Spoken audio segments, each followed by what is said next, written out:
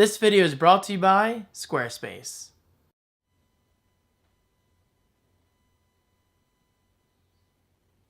Hey everybody, how are you? David DeFranco here from daviddefranco.com. This is something I did not expect to unbox, at least not anytime soon, but thanks to an incredibly generous viewer of mine by the name of Delilah Mella, the name should sound a little familiar by now, over at facebook.com/Chiquita201, she was nice enough to send me this, the Amazon Fire TV with voice search, Dolby Surround, quad-core processor, Wi-Fi, and of course 1080p HD content. So Delilah, thank you so much. I was not expecting this at all. Your support is just amazing. So thank you. I really, really do mean that.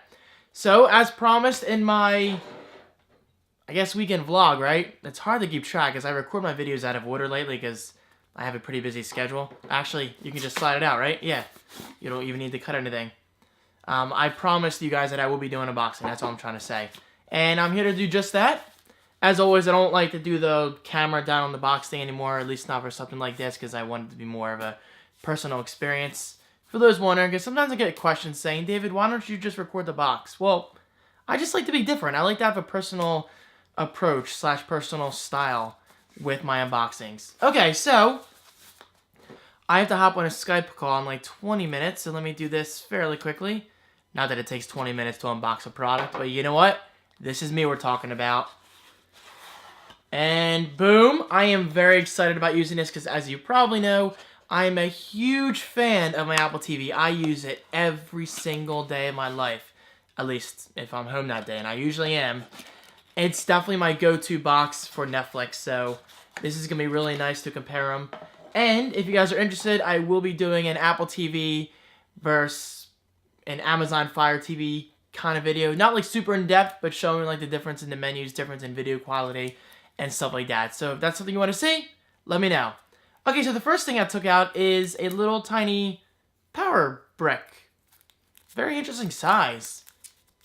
It actually looks like the size of an Apple TV. Apple TV. Well, it's not that far off. An iPhone charger, but maybe double its size. Alright, you know what? I don't need to take the plastic off. You know what that is. Pretty decent stuff. Okay, nothing so exciting. Now this is a little more exciting. You get 2 AAA batteries, bada bing, bada boom, for the remote, which is definitely exciting. Actually, this is the Fire TV right here. I didn't even realize it. I thought it was another box. But there it is. That is the Amazon Fire TV. Let's save best for last. You also get a manual, which I will not read. I don't read manuals. I don't see the point in them. The remote, which is a little bigger than I thought it would be. Pretty cool. And I think that is it. Let me just make sure. Yes, and boom, Amazon's got a nice orange and black theme going on there. Very cool indeed. So let's open up the remote because I'm very excited about using this for one reason. If I can figure out how to open it. The included microphone, meaning yes, you can do voice search. So I can search things like, you know, by pressing this button right here, a little microphone. The Office. Or This Week in Tech for a podcast. Although it might only work on Amazon service and not Netflix. I'm not sure. I'm not entirely sure. I have to obviously use it myself. But I can search stuff like, you know, Breaking Bad or Her. You know, the movie Her. Because I just watched that the other day. Very good movie. I wasn't blown away by it like I was expecting to be. But it was still very good and incredibly unique. So watch it if you're interested in the whole virtual assistant thing and falling in love with Siri and all that good stuff. So there's the remote. You get a microphone button, sort of like a directional pad, but in the form of a circle. You get a back button. Actually, it's extremely, extremely similar to the software buttons you find on Android devices, especially the Kindle Fire, which makes sense because I'm a big fan of continuity. Continuity. I have to get better at saying that. Continuity. So if you're going from Android to the Fire TV, it should be a seamless kind of experience with a back button, home button, and I guess menu button or options button, whatever that does per specific app that you're using at the time. And of course your playback buttons, which I will be using all the time. Play, pause, back, and forward. So, very cool indeed. Again, the remote's definitely bigger than I expected. It's not a bad thing, not a good thing. Just something I didn't expect. Oh, and of course, up here is the small little hole for the microphone for your voice to pass through. So, very cool.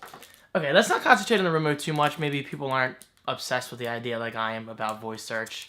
I just love voice search, especially for someone like me who uses Siri on a daily basis to check weather, to set timers, alarms, all that stuff.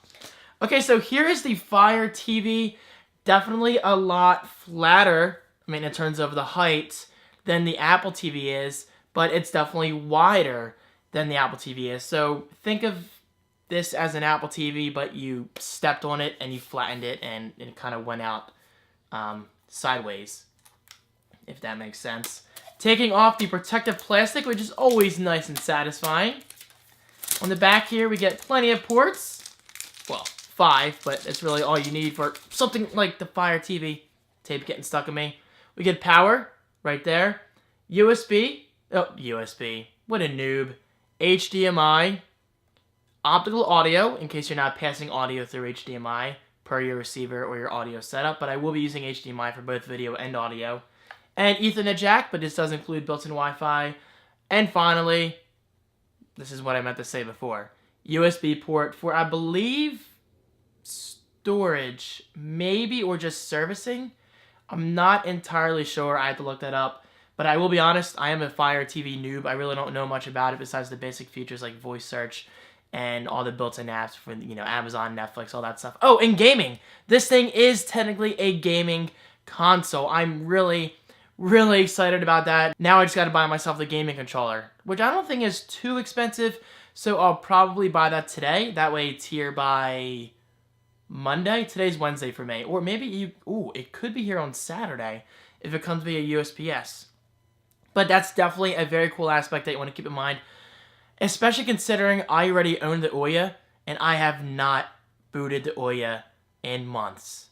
I hate to say that because it's such a cool little device with tons of potential, but I never see the need to boot it up. I'd rather use an all-in-one device for not only my indies, like, you know, my gaming and whatever in general, and my entertainment. Hence why I love my PlayStation 4 so much lately. I've been playing the crap out of it. And my Apple TV is an all-in-one box minus gaming. That way I can get my music, my media, my movies, all that good stuff, even pictures. And the Fire TV seems to do the same exact thing, but with gaming tacked on as well. So I think Amazon has a great product on their hands, especially considering I'm not really a fan of the Kindle Fire. Why did I just draw a blank? I think I'm going crazy.